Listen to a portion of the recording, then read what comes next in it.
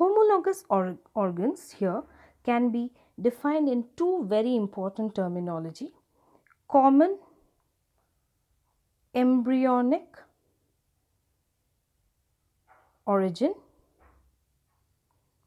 but leading to different functions. This is very important for us to understand, that their origin is same but functions are different.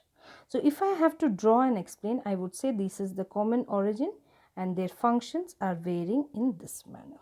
So can I call this as a divergent evolution? Obviously.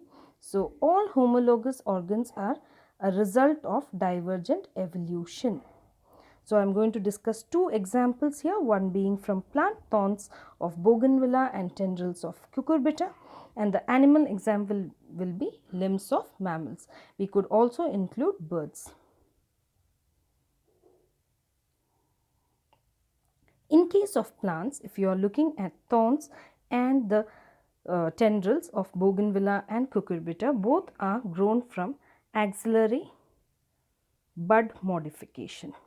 Okay, so both are having axillary bud as the origin point, but one you can see is thorns meant for protection and the other basically is a tendril meant for climbing. So you can see the functions are different but origin is same. Now in the next diagram, in animals you can see human, horse, cat, bat, and as I told, I could also include birds and whales. All are having four-limb modification. So origin is four limbs. Human for say grasping purpose, horse for running purpose, cat for say as clawing as a protective means or walking, however you look at it, bat for flying, and birds also come for flying, and whales for swimming. So you can see various functions from one single origin, and hence we call it as homologous organs or divergent evolution.